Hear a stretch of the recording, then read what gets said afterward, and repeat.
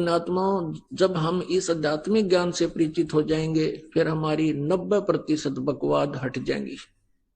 छोटी छोटी कथाएं हैं जो आपके बहुत काम आएंगी। एक समय एक गांव में, एक नगर में एक सेठ रहता था और उसने अपने गुरुजी से जो ज्ञान प्राप्त किया था उससे ये पता लग गया था कि भाई अब ये व्यवसायिक जो लोग होते हैं ये इन्हें देखा करें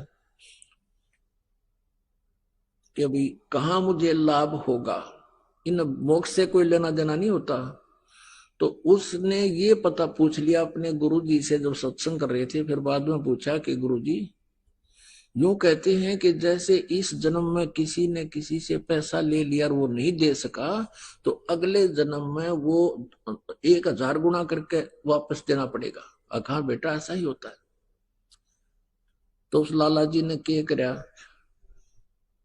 अपना बोर्ड लगा दिया दुकान के आगे कि अभी कर्ज ले जाओ, जिसने कर्जा चाहिए, किसी ने लोन चाहिए ले सकता है लेकिन अगले जन्म में लूंगा, इस जन्म में लूं कोई ना। अब ये जो पैसे के पुजारी होते हैं ये इसे इतनी गिरजैन की वृत्ति बताते हैं। एक लाला जी मर गया, यम के दूत पकड़ के ले गए तो उससे पूछने लगे भाई तेरे को पहले स्वर्ग में भेजा या नरक में, क्योंकि तेरे इतने पुण्य इतने पाप। नो बोला दोनों के बीच में बिठा दे, नून के भी आओगे गा कर नरक वाले भी आओगे, दोनों के बीच में बिठा दो उन्हें। यानी वहां भी अपने बिजनेस पॉइंट व्यू से ही सोचा उसने। तो इसी दृष्टिकोण से उस लाला जी ने अपने गेट पर यह बोर्ड लगा रखा था कि अभी इस जन्म जो कोई लोन लेगा तो अगले जन्म में लूंगा उससे। दो ठग थे, उन्होंने वो बोर्ड पढ़ लिया, वो चले थे चोरी चारी करने, उन्होंने बोर्ड पढ़ लिया। दोनों बतलाए रही साहब मूर्ख, हमने तो पहली बार देखा, मेंटल तो नहीं है। अब उससे बात करी भाई लाला जी हमने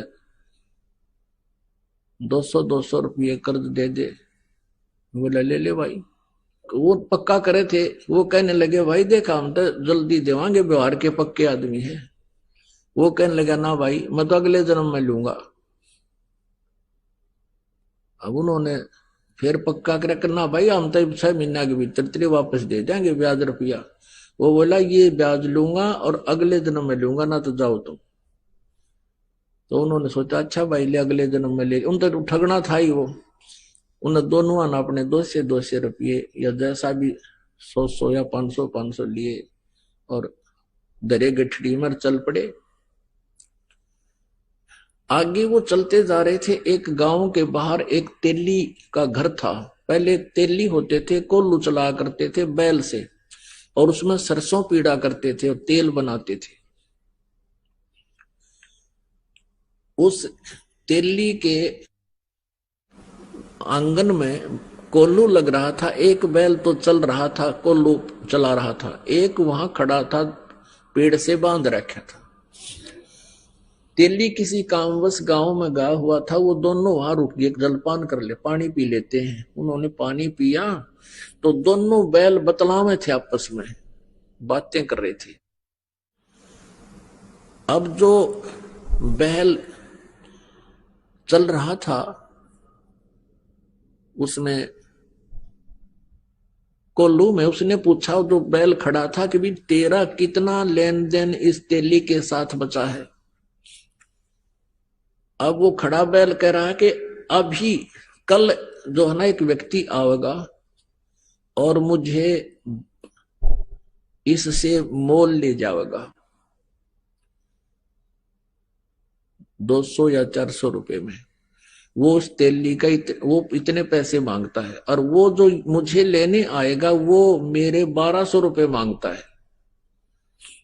उसके सारा हिसाब किताब लाकर 1200 रुपए ब्याज ब्यूज के हो रहे हैं और वो फिर क्या होगा, मुझे यहां से ले जाएगा। आगे एक राजा ने हाथियों का युद्ध करवा रखा होगा आपस में भिड़ंत, और उसमें इनाम रखा होगा 12 रुपए का रखा हुआ है। मुझे वो ले जाएंगे, उनका वो तमाशा देखने लग जाएंगे हाथियों के झगड़े लड़ाई को, और मैं उस हाथी को हरा दूंगा जिसने सबको पराजित कर दिया होगा, और फिर मुझे 1200 रुपए का इनाम मिलेगा मेरे उस मालिक को जो यहां से ले जाएगा। मेरी मृत्यु हो जाएगी, मेरा और उसका हिसाब बराबर हो जाएगा। भाई मैंने पिछले जन्म में उससे जो ना 20 रुपये लिए थे, आज वो 1200 हो गए।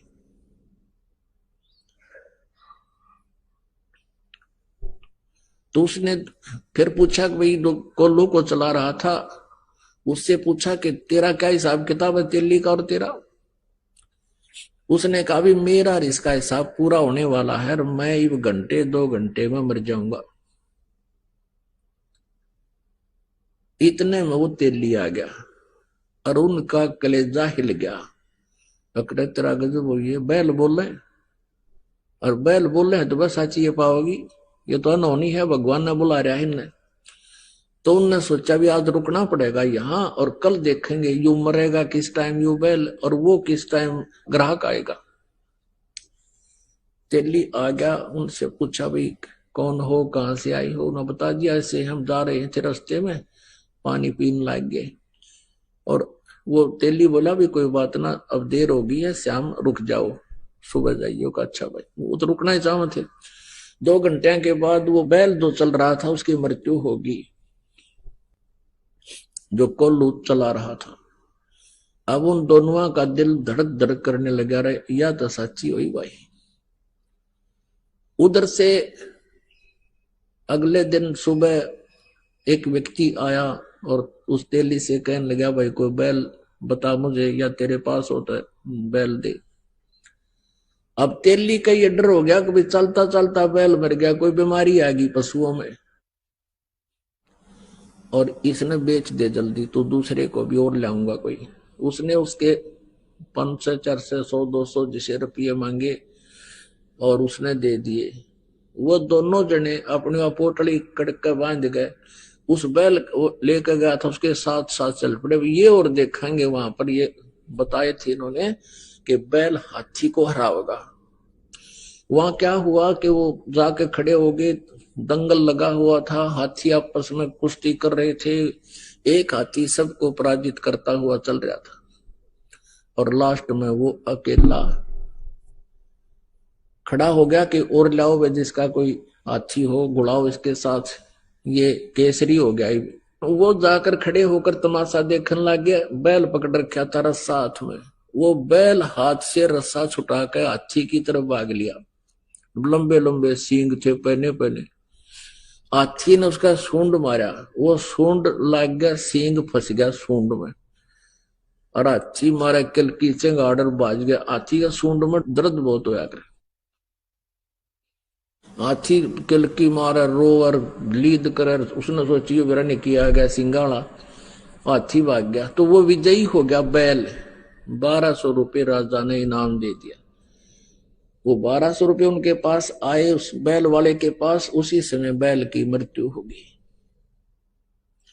अब वो दोनों जने उनके पैरों तले की जमीन खिसकन लगी, क्या तो बूंदी बनेगी, बैल बनना पड़ेगा इस लाला जी का जिसके पैसे ले आए हम। वो दोनों वापस आ गए।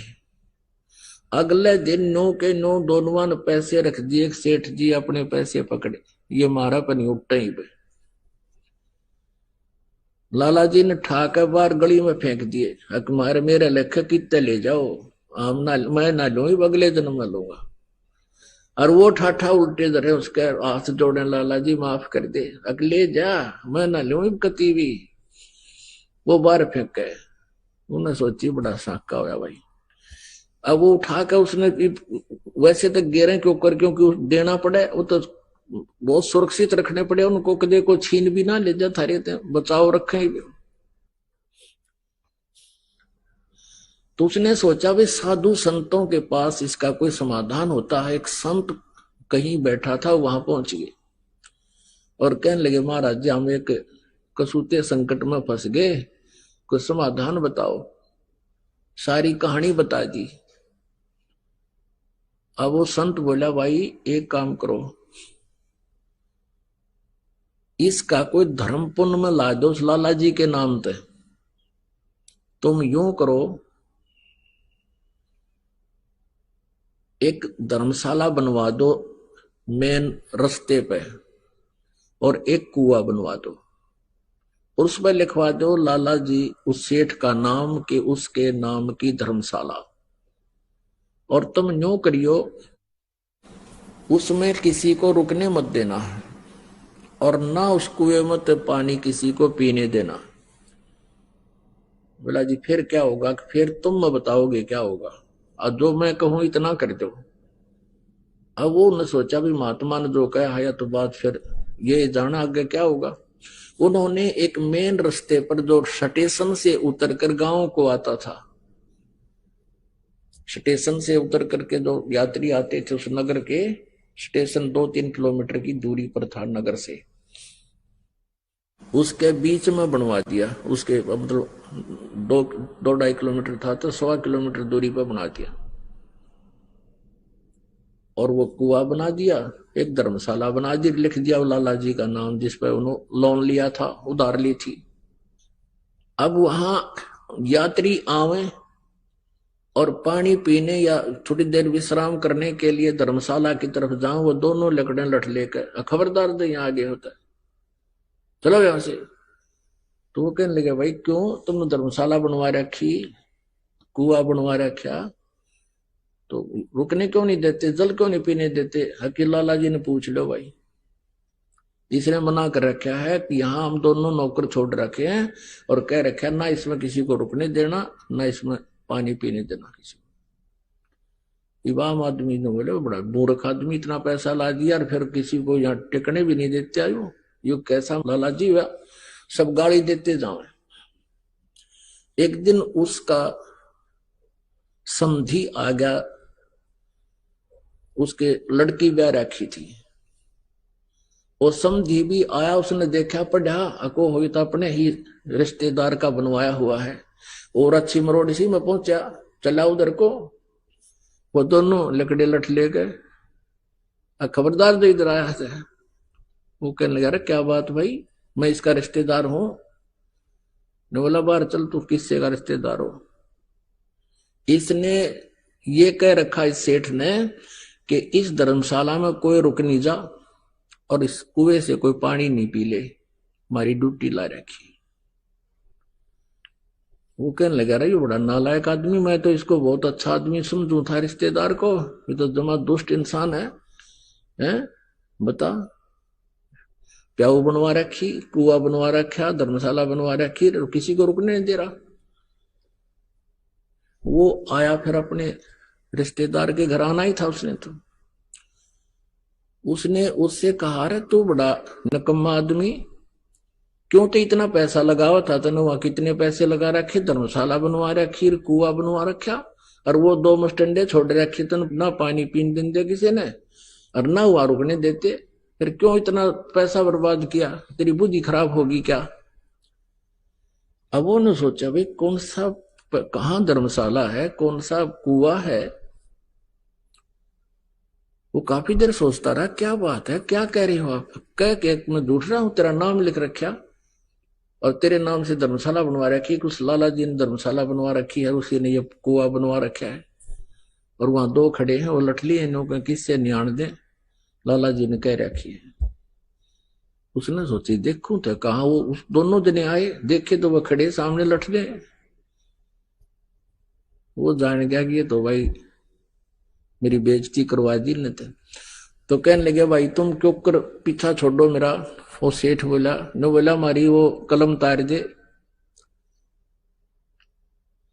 और कह दे मेरे आए हो लिए भाई ये 2 जोड़े हाथ, मैंने तुम्हारे अपने लोन खत्म कर दिया और मान लिया भाई तेरा, तुम्हारे सारे पैसे आ गए, मेरी बेइज्जती ना करो तुम। तो वो अपना गए और फिर मजदूरी करके अपना गुजारा किया, साधु संतों से उपदेश लिया, भक्ति की, कल्याण करवाया। तो पुण्यात्माओं, ये सत्कर मान लेना, भले ही आपको एक दंत कथा लगे, लेकिन ये आपके हृदय में उतर जानी चाहिए। आज क्या हालत है जीव की। तो इस प्रकार जब अध्यात्म ज्ञान हो जाएगा आपको, आप ये गलती नहीं कर सकते हैं। ये दास देख रहा है, पहले शराब पिया करते थे, ताश खेला करते थे, दुनिया ने लूटा करते थे, 2 के 20 बनाया करते थे, चाहे कोई दूध बेचता था या कोई दुकानदार था, और दूनी बिरान माटी हो रही थी उनकी। और आज वो प्राणी किसी का 10 रुपए आ जाते हैं ना, घर दे काम वापस। एक बहन बता रही थी कि मैंने एक लाला जी से कपड़ा लिया, उसने रेट बताया, कम बत्ती करके जो हमारा फाइनल रेट हुआ वो 200 रुपए का हुआ, और मैंने उसको 1000 का नोट दे दिया, उसने मेरे को 1250 रुपये वापस दे दिए, क्यों करके उसका धोखा लगा। तो मैंने उस टाइम तो ध्यान रहा नहीं, और घर आके देखा कि मैं तो इतना का सामान लाई हूं, इतना पैसा मेरे पास, ये फालतू आ गया सेठ का। अगले दिन गई और उसके वापस पैसे दिए उसने, जितने भी वो फालतू थे। वो उसके मुंह का नहीं देखे, ए बेटी तू तो देवी उतर रही है, यहाँ तो ठा ले जा, वापस देने की बात दूर से। जब दाव लग जाता है कि मैं और भी ठा ले जा लोग, और तू वापस देना आ गई, मेरा तो याद भी ना थे। तो पुण्यात्माओं, इस प्रकार फिर आप के पास किसी का एक नया पैसा भी हजम नहीं हो सकता। आत्मा नहीं मानना आपकी, क्योंकि इसको पता है फिर के दुर्गति होगी और कैसे पूरे करने पड़ेंगे। गधा बनकर कुम्हार के घर पे ये प्राणी उसके पूरे करेगा, और फिर कितना कष्ट उसके ऊपर से गुजरेगा वही जाने। तो पुण्यात्माओं, परमात्मा कहते हैं अपनी महिमा बताने के लिए कि तुमने उस दरगाह का मैल नहीं देखा और धर्मराज के तिल तिल का लेखा। तो प्रसंग चल रहा है कि जब हम परमात्मा के आध्यात्मिक ज्ञान से परिचित हो जाएंगे, फिर हमारी एक विशेष व्यवस्था बनेगी, आत्मा के अंदर एक विशेष उभार आवेगा। अब देखता ये दास, आज भी कम से कम 4 भक्त आए थे, नो बोले जी रास्ते में 100 रुपये पड़े पाए, अब वहां देवा किसने, यहां दान कर दिया, घर पर नहीं प्रयोग हो सके। और पहले के सतिथि थी, नो देख के ठा करते, कोई देखते ना ले और गोज मंगा लेते।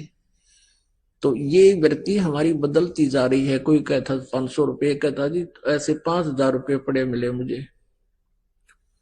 और जा रहा था, एक व्यक्ति आ रहा था, मुझे ऐसा लगा जैसे इसका कुछ गुम हो गया। मैंने उससे पूछ लिया, भाई कहां से आए हो, कहां जा रहे? वो कहने लगा, कहां जा रहा हूं, मेरे पैसे गिर गए और जेब मत निकल गए, किस प्रकार मैं कुछ सामान निकालूं था और सारे देख लिया, मैंने पाए नहीं। कितने पैसे थे तेरे भाई? कि 5000 रुपये थे, ये नोट थे। ने बोला नो के जब मैंने उसको निकाल के दे दिए कि ये थे। उसने सीने से लगा लिया मेरे को, ने बोला राज के युग में इसे देवता बचे हैं। तो पुण्यात्माओं, ऐसे ये बिल्कुल स्थिति बदल जाएगी और आपकी आत्मा इतनी खुश होगी उस पैसे को वापस दे करके। और यदि हम किसी की चोरी करते हैं तो दूना दुख होता, उस प्राणी का दूना विनाश होता है। भाई जो गुरु वचन पे डट गे रकट गे फंद 84 के, कट गे फंद 84 के, रकट गे फंद 84 के। भाई जो गुरु वचन पे डट गे रकट गे फंद 84 के। वस्तु मिली ठोर की ठोर, मिट गई मन पापी की दौड़।